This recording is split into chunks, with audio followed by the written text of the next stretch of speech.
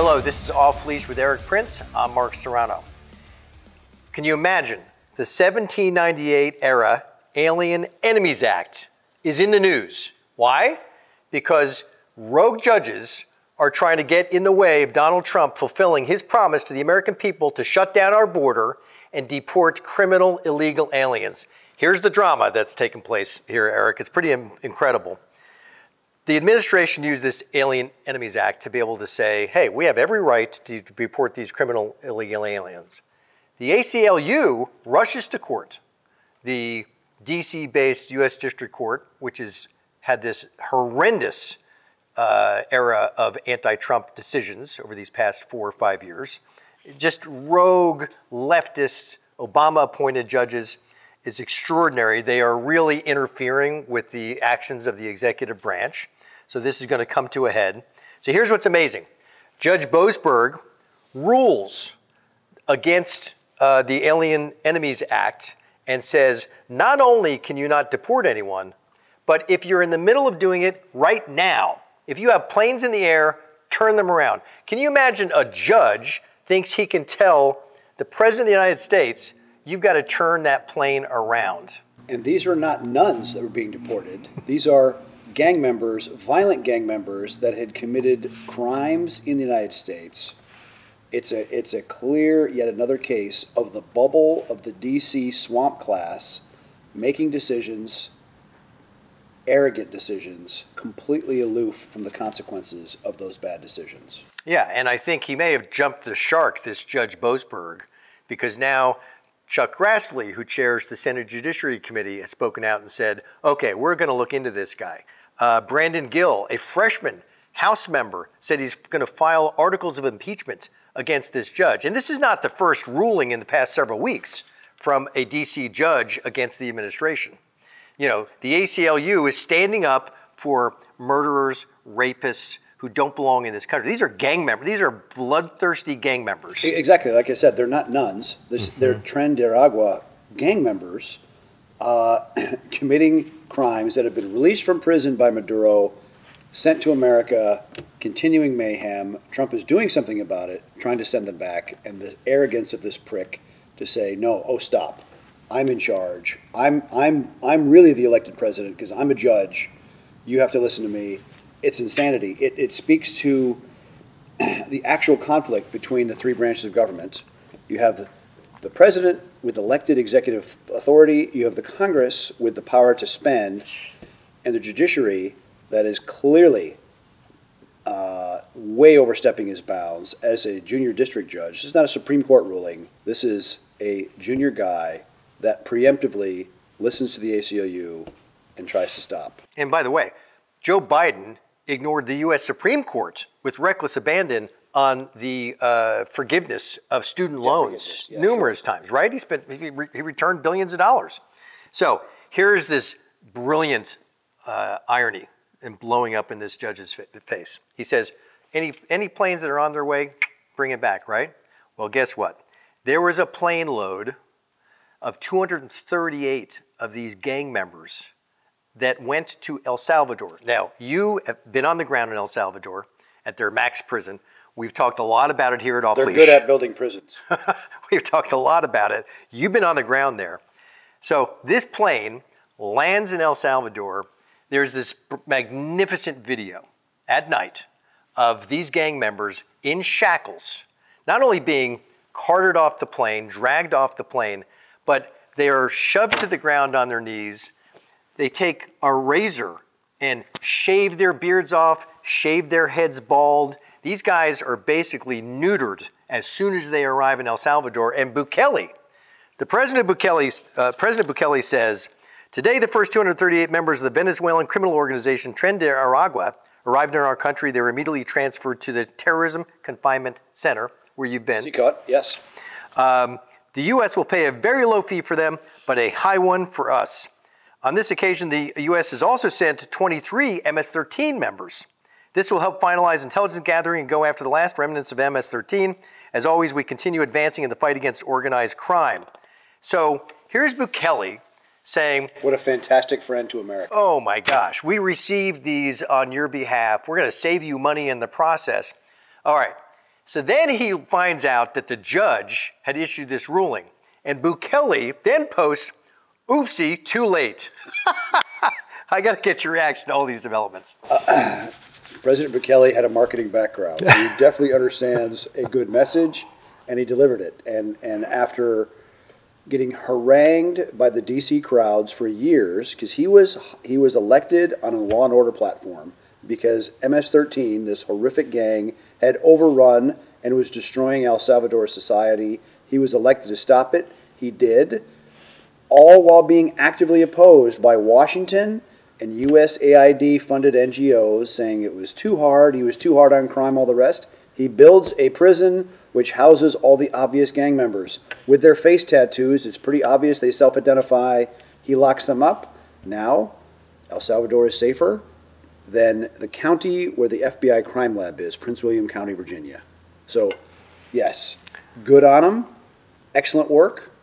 More to continue. But, you know, this is Donald Trump delivering. And if you recall from 8 years ago, remember right at the beginning of the administration, the hoo-ha over the travel bans, right? And for weeks and weeks and weeks, that was sort of one of the driving news stories. And then the left calls it a Muslim travel ban. Right. No, it's a travel ban based on, does the country, and I know the Trump administration is considering it again, good, because those travel bans are based on, do those countries where these people are coming from have a functioning intelligence service, Homeland Security Department effectively, that can vet these applicants to know whether they're criminals, radicals, wife abusers, child traffickers, scumbag, whatever they are, to prevent them from coming to America. That's exactly what our government is supposed to do.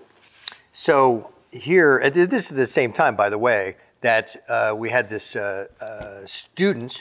person on a student visa who was basically, you know, fomenting the protests. The paid Hamas activist. Paid Hamas activists. And the left is all up in arms about his free speech rights being restricted. He's here as a guest of ours. Correct. Again, fundamental difference. Are you a citizen of the United States, or are you a guest or visitor? He is not a citizen. He is a guest or visitor. First Amendment does not necessarily apply to him. And there are rules very clearly spelled out in that green card application about not being a rabble-rouser, activist, criminal organizer, or anything else. He clearly violated those terms. Afuera. It's like a contract. So anyway, back to El Salvador. This, to me, Donald Trump is basically saying to the judges, the ruling class and the judiciary, that says, not so fast. You guys are trying to, you know, screw with our agenda. We're acting on behalf of the American people. He's not going to let some rogue judge block him at this point, is he? I mean, he's just going to say hell no. And I think we're going to see more of it. We're going to see more plane loads going out by the hour. And it's ultimately something for John Roberts to get control, or for the Supreme Court to rule, to say, on these matters, it's really only the Supreme Court and not every left-wing activist judge gets to spout their mouth off. And by the way, Rick Grinnell just, posted at the same time that flights to Venezuela are going to resume. Yep. You know, another major, I mean, we are shipping out a ton of these guys who never should have been here in the first place. All right, let's stay in the region, in this hemisphere, Eric, because you've been in the news lately.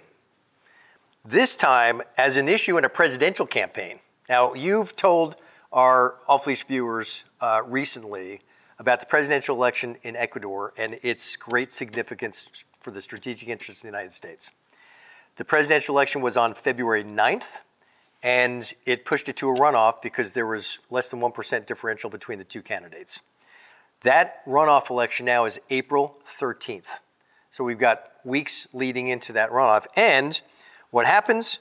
President Noboa, who is the conservative in the race, enlists founder of Blackwater Private Army as ally in war on crime, according to The Guardian, where he says he is seeking re-election as president, announces this partnership with Trump supporter Eric Prince. All right, let's move from fake news to real news. Tell us the story.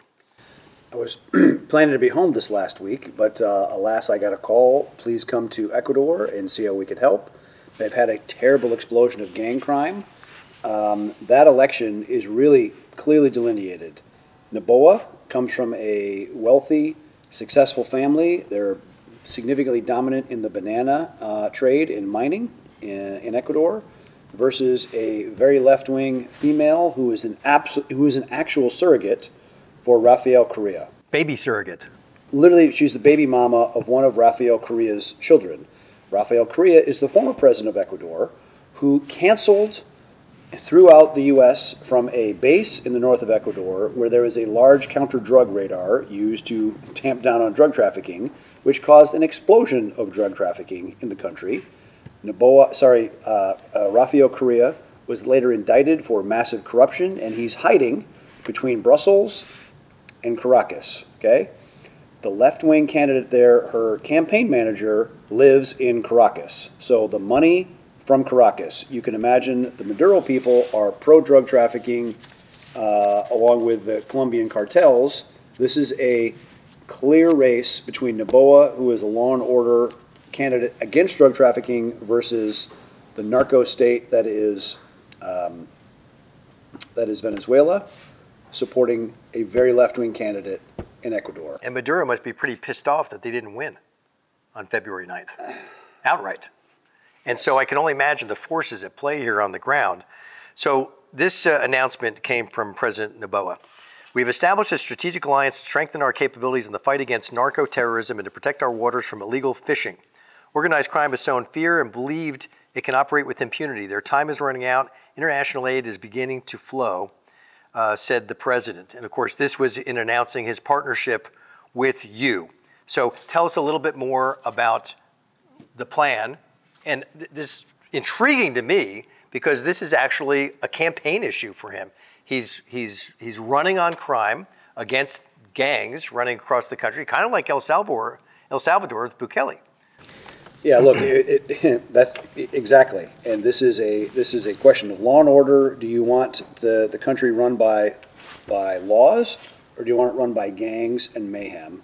The gangs tried something big about a year ago, a full day of rage, where they tried to take over significant parts of the country and power stations, all the rest. The government was able to tamp it down, but now in the last weeks running up to this campaign, stimulated by the left, the gangs are particularly active. Previous weekend, they actually killed 22 people in the major port city of Guayaquil, where I just was, just in gang-on-gang fighting with civilians getting caught in the crossfire. So enough is enough. They're looking for some advice on how to tamp that down.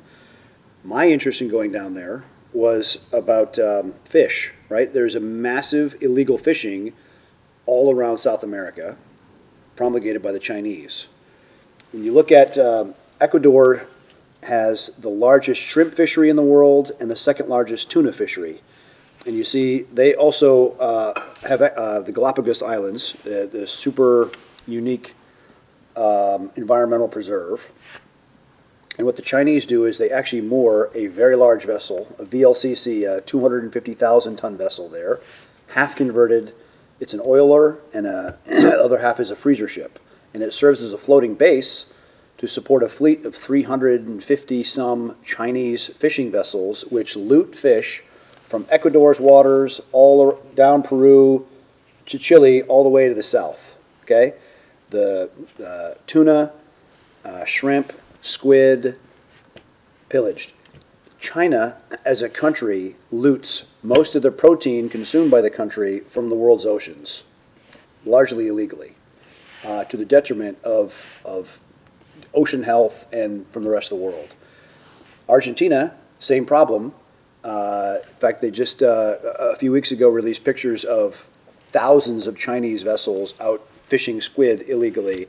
So illegal fishing is a problem that needs to be solved, and I am keen, and we'll do an episode on that soon. We're doing it somewhere. And causes huge economic harm to a country like Ecuador. Economic harm, massive environmental harm, because they massively overfish and they bycatch all kinds of other species and kill them in the process, and it's just a nightmare. So look, Ecuador has a significant wealth potential. I mean, if you can drop a seed anywhere, it grows into a plant, because you have everything from coastal tropics, high mountains, right? Quito, the capital of Ecuador, is like 10,500 feet. And then you have Amazon on the east side, right? You're like Amazon rainforest, like growth. So it's a massive biodiversity in the country, with neighbors that are in the drug trafficking business, both Peru and Colombia, all trying to ship their products out through Ecuador, through the very effective port, which I think is the largest banana exporter in the world. So clearly, Noboa is fighting for his political life. Yeah, and fighting for the life of the country. Is it going to be a rule of law state, or is it going to fall down the road of a Venezuela narco state? But for him to issue a statement saying I'm working with Erik Prince, he's clearly doubling down on his war on crime and feels that that's absolutely necessary to get the voters out for him in their runoff election. Love me or hate me, at least they know we're serious about fighting crime. Clearly. I mean, he's leveraging your brand to help in his election. And we're honored to help. And highlighting the extreme need that they have. From this article, it says Ecuador's highly strategic location between two of the world's top cocaine producers, Peru and Colombia, and its Pacific ports have turned the country into a drug haven, ferrying vast quantities of illegal substance to the U.S. and Europe. So that's the narco-terrorism that we're talking about. And these are not the 1980s, narco terrorists. These are people with sophistication, resources, weapons. It's industrialized crime, not just organized crime. So yeah, they have a tough struggle on their hands, but it's worth having because Ecuador is certainly worth saving. So certainly the people... And people want security and they want a job. And they're not going to have a job unless there's security because nobody's going to invest there if the narcos can come and take it away or it gets taken out in a shootout between rival gangs fighting over certain turf. So clearly, the interests of regular Ecuadorians is at stake in this election, and their livelihood, their future, their safety, their security. But hopefully, God willing, Noboa wins. You get to sort of help the country to sort of recover from this era and gain some stability and some security. But really, El Salvador is the model. And how can that populate now around the region more and more?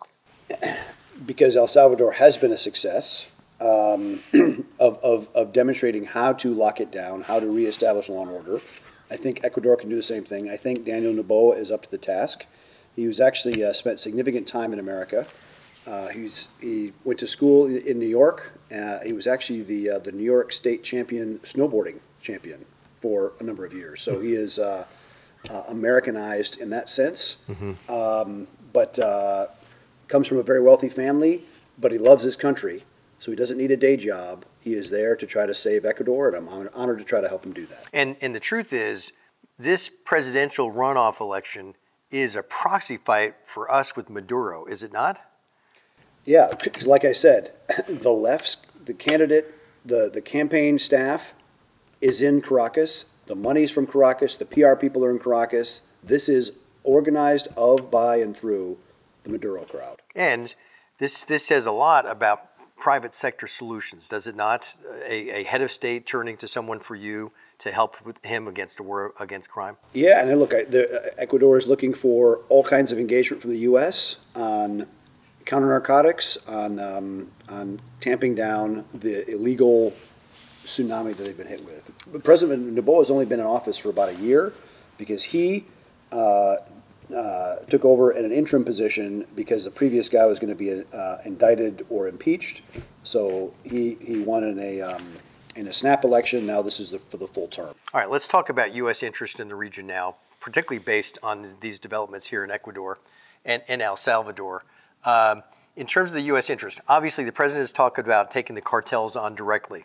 So would that impact the narco-terrorists in Ecuador as well as Colombia, Peru, and elsewhere? 100%. In Mexico, because it's such a major export spot for them to get their products to market. So what do you think that looks like moving ahead? I mean, I'm sure the U.S. will want to reopen the base that was closed by Korea, put up the radars again, and just make it much, much harder for the cartels to do their business. So clearly the president obviously is now in the midst of his sort of tariff battle with Mexico. That's a dynamic here.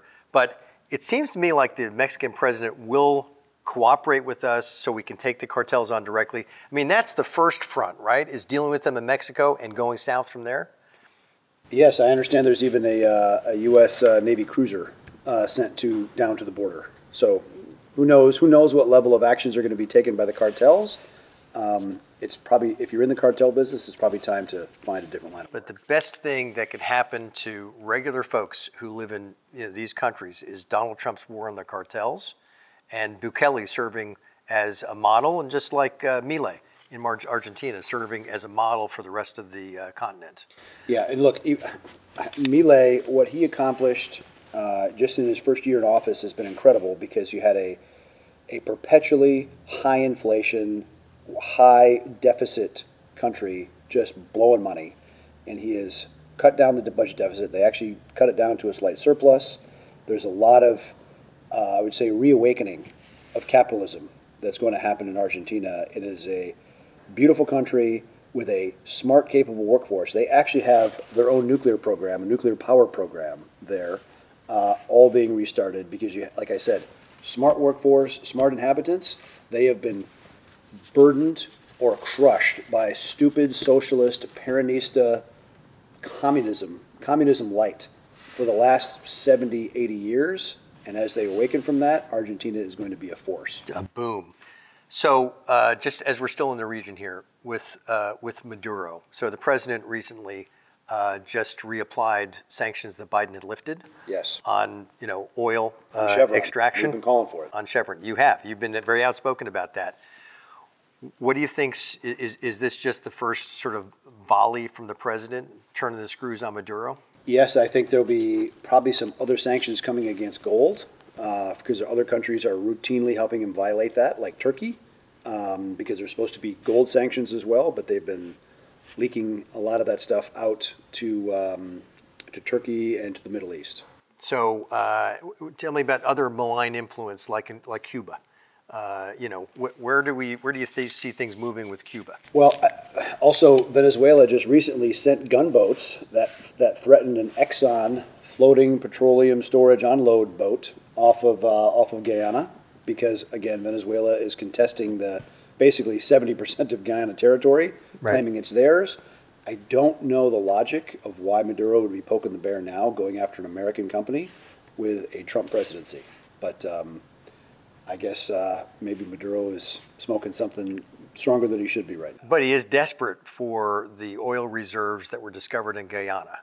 Oh yeah, correct. Look, if they took that area, it would increase the GDP of Venezuela by about 30%. So he must be in a hurry to try to gain control of those resources, because he figures there's power behind that for him. If he thinks he's going to get away with it under Trump, I would be really shocked if that were the case. So it's possible that the president could support Guyana in a way that Joe Biden didn't.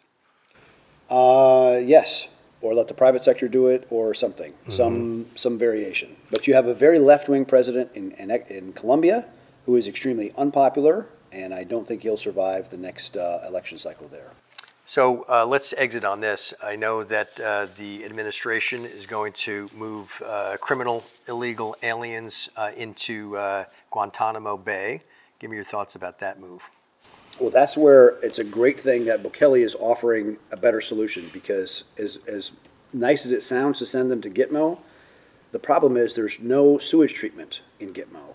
And so every person you park there, you have to do massive wastewater treatment, and it's, average human being uses 12 to 18 gallons a day, and it's $3.40 to literally put it on a barge, haul it away somewhere else to treat it. So the spend of just housing people at Gitmo becomes horrifically expensive. So it's not a practical solution to park them there. And Bukele's got the answer, turnkey. Yeah, indeed he does. Oopsie, it's too late. We've already sent them. That's the kind of customer service you want. From our vendor in El Salvador. Incredible. Well, we are going to be able to count on updates here on Off Leash from Eric about Ecuador and its incredible strategic significance. And we've got the guy here who's literally working with President Noboa. We'll be reporting to you on that development after the runoff election on April 13th. But until then, this is Off Leash with Eric Prince. I'm Mark Serrano. Check out our sponsor, unplugged.com/offleash for your unplugged phone today. That's it for us today. Thank you.